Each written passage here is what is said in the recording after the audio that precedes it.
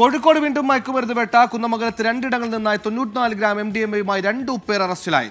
ആരാമ്പ്രം സ്വദേശി റിൻഷാദ്, പുല്ലാളൂർ സ്വദേശി മുഹമ്മദ് ഷാജിൽ എന്നിവരാണ് പോലീസിന്റെ പിടിയിലായത്.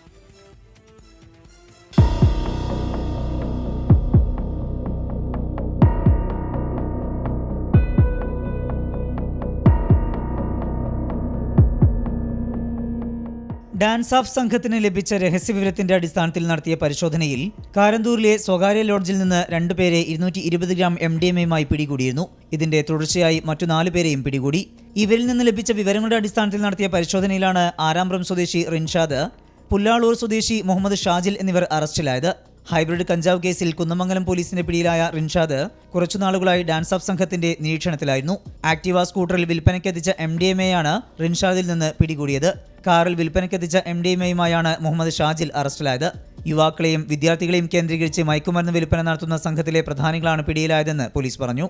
ഇവർക്ക് MDMA എത്തിച്ചു നൽകുന്നവരെ കണ്ടെത്താൻ അന്വേഷണം തുടരുകയാണെന്നും പോലീസ് അറിയിച്ചു. 24 കോഴിക്കോട്.